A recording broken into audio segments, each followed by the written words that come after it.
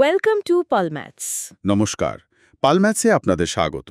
আজকে আমরা গ্রহদের চলার পথ মানে ওদের অরবিট নিয়ে একটু গভীর আলোচনা করব।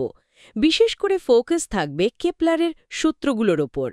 আমাদের কাছে কিছু নোটস আছে যা আমাদের এই বিশ্লেষণে সাহায্য করবে। তো চলুন শুরু করি। হ্যাঁ, নিশ্চয়ই। কেপলারের এই সূত্রগুলো দেখুন প্রায় 400 বছর হয়ে গেল মহাকাশ বিজ্ঞানের একেবারে গোড়ার কথা। এগুলো শুধু যে ঐতিহাসিক দিক দিয়ে গুরুত্বপূর্ণ তা নয়, আজকের দিনেও মহাকাশ অভিযানের পরিকল্পনায় এগুলো অপরিহার্য। আচ্ছা, তাহলে প্রথমেই একদম মূল কথায় আসি। কেপলারের যে 3টে সূত্রের কথা আমরা শুনি সেগুলো ঠিক কি কি একটু বুঝিয়ে বলবেন? হ্যাঁ, অবশ্যই। প্রথমটা হলো যাকে বলে ল অফ অরবিটস, গ্রহগুলো যে সূর্যকে কেন্দ্র করে ঘোরে সেই পথটা কিন্তু নিখুঁত বৃত্ত নয়।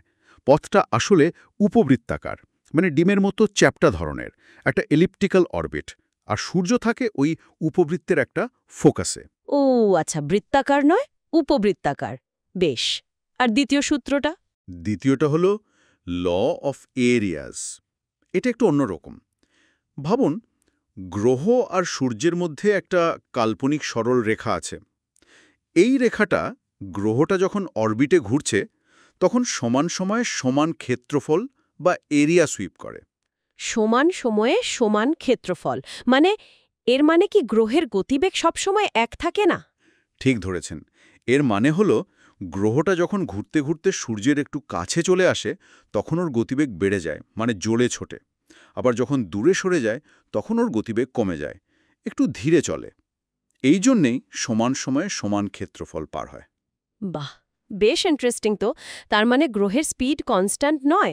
আচ্ছা, আর 3 নম্বর সূত্রটা? ওটা নিয়েও তো বেশ আলোচনা হয়। হ্যাঁ, তৃতীয় সূত্র, যেটাকে আমরা বলি ল অফ পিরিয়ডস, এটা সময়ের সাথে সম্পর্কিত।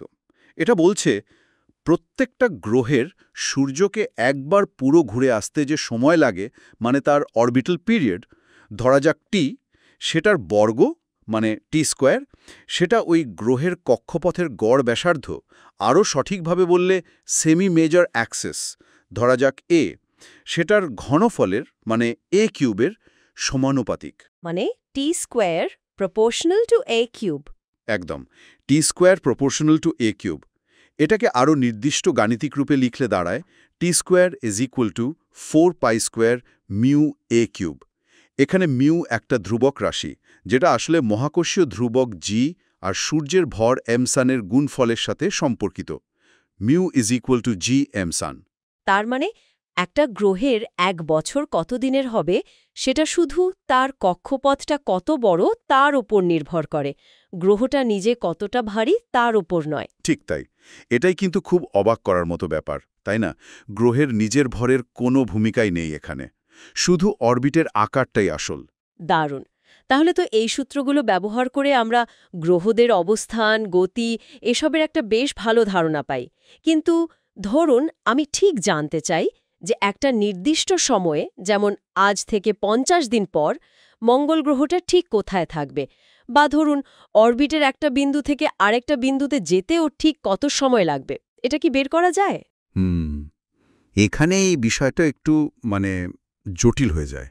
কারণ ওই যে বললাম, গ্রহের গতিবেগ তো আর সমান থাকে না, উপবৃত্তাকার পথে পাল্টাতে থাকে। তাই সরল হিসেবে এখানে কাজ করে না। এই নির্দিষ্ট সময় গণনা করার জন্য আমাদের একটা বিশেষ সমীকরণের সাহায্য নিতে হয়। সেটার নাম কেপলারস ইকুয়েশন। কেপলারস ইকুয়েশন, সেটা আবার কি? আর এটা ব্যবহার করা কঠিন কেন বলছেন? এই কেপলারস ইকুয়েশন আসলে সময় আর গ্রহের অবস্থানের মধ্যে একটা সম্পর্ক তৈরি করে।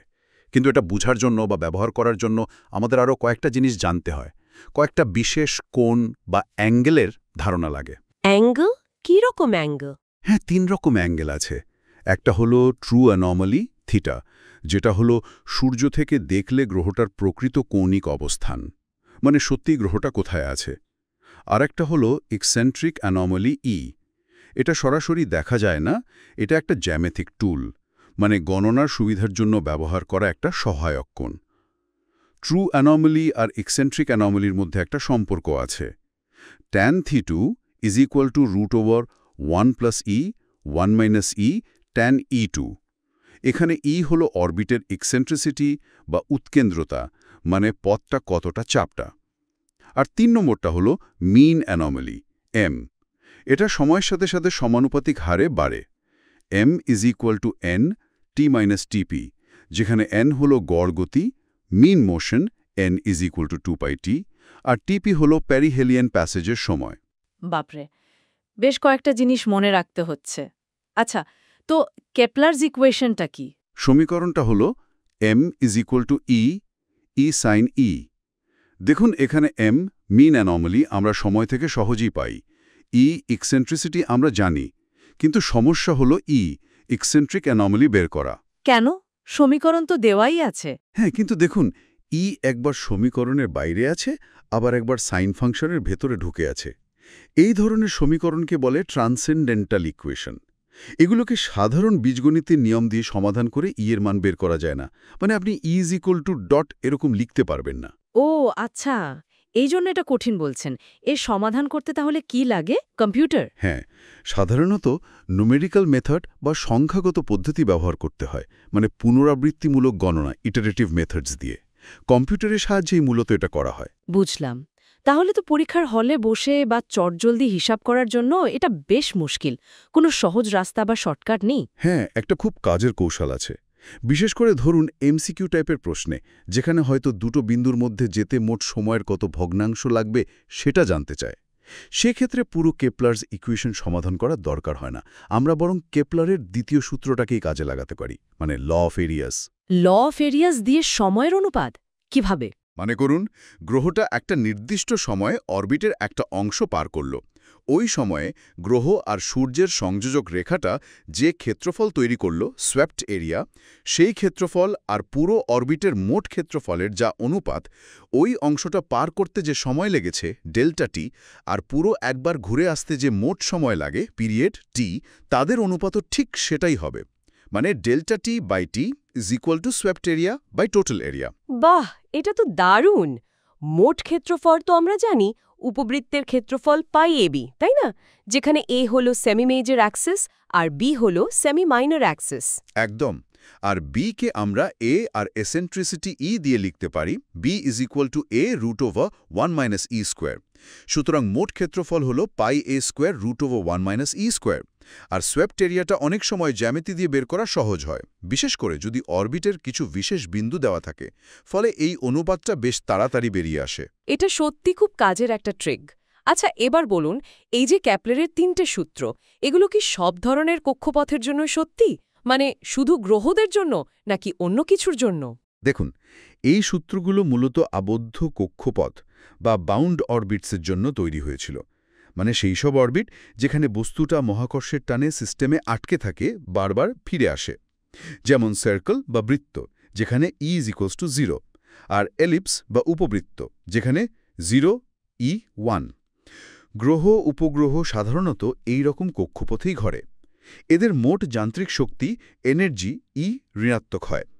আর যদি e = 1 বা তার বেশি হয়? হ্যাঁ, সেটাও সম্ভব। যদি E ঠিক 1 হয়, তাহলে অরবিটটা হয় প্যারাবোলা বা অধিবৃত্ত। এক্ষেত্রে বস্তুর শক্তি 0, E = 0। এটা একটা খোলা পথ, মানে বস্তুটা একবার ঘুরে এসে অসীমে চলে যায় আর ফিরে আসে না। আর যদি E > 1 হয়, তাহলে অরবিটটা হয় হাইপারবোলা বা পরাবৃত্ত।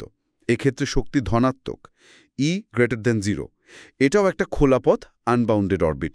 বস্তুটা আরও দ্রুত অসীমে মিলিয়ে যায়। ধূমকেতুদের ক্ষেত্রে এমন অরবিট দেখা যায় কখনো কখনো। তাহলে পিরিয়ড ল, মানে t² প্রপোর্শনাল a³, ওটা কি প্যারাবোলা বা হাইপারবোলার জন্যও কাজ করে? না, খুব গুরুত্বপূর্ণ পয়েন্ট। ল অফ পিরিয়ডস শুধুমাত্র আবদ্ধ কক্ষপথ, মানে সার্কেল আর ইলিপসের জন্যই প্রযোজ্য। কারণ প্যারাবোলা বা হাইপারবোলার তো কোনো নির্দিষ্ট পিরিয়ড বা পর্যায়কালই নেই, ওগুলো তো ফিরে আসে না। আচ্ছা, পরিষ্কার হলো ব্যাপারটা। তাহলে যদি একটু গুছিয়ে বলি, কেপলারের সূত্রগুলো গ্রহদের পথের জ্যামিতিটা উপবৃত্তাকার, আর সময়ের সাথে গতির সম্পর্কটা কাছে এলে জোরে, দূরে গেলে ধীরে খুব সুন্দরভাবে বলে দেয়।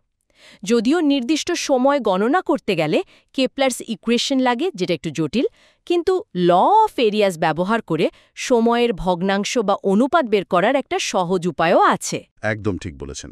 এটাই সারসংক্ষেপ। আর মনে রাখতে হবে এই নিয়মগুলো শুধু গ্রহ সূর্যের জন্য নয়, যে কোনো দুটো বস্তু যারা মহাকর্ষের টানে একে অপরকে প্রদক্ষিণ করছে, যেমন পৃথিবী আর চাঁদ, বা ধরুন দুটো তারা একে অপরকে ঘিরে ঘুরছে, মানে বাইনারি স্টার্স, তাদের সবার ক্ষেত্রেই কিন্তু কেপলারের এই নিয়মগুলো প্রযোজ্য। সত্যি, তার মানে এই সূত্রগুলো আসলে মহাকর্ষের খুব মৌলিক একটা প্রকাশ। হ্যাঁ, বলা যেতে পারে। এই আপাত দৃষ্টিতে সরল দেখতে সূত্রগুলোর ভেতরে আসলে মহাকর্ষের এক গভীর গণিত আর প্রকৃতির নিয়ম লুকিয়ে আছে। নিউটন পরে বুঝিয়েছিলেন যে এই সূত্রগুলো আসলে তার মহাকর্ষ সূত্রেরই ফল।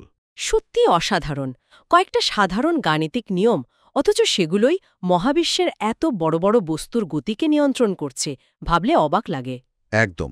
আর এখানেই হয়তো আমাদের শ্রোতাদের জন্য একটা প্রশ্ন রেখে দেওয়া যায়, তাই না? যে এই যে সরল সূত্রগুলো আমরা দেখলাম, এগুলো কিভাবে মহাকর্ষের মতো একটা মৌলিক অথচ বেশ জটিল বলের প্রভাবকে এত নিখুঁতভাবে প্রকাশ করতে পারছে? এর পেছনে গণিত আর প্রকৃতির মধ্যে আরও কোনো গভীর বোঝাপড়া বা সংযোগ কি লুকিয়ে আছে, যা আমরা হয়তো এখনও পুরোপুরি বুঝতেই পারিনি? চমৎকার একটা প্রশ্ন, এটা নিয়ে ভাবা যেতে পারে।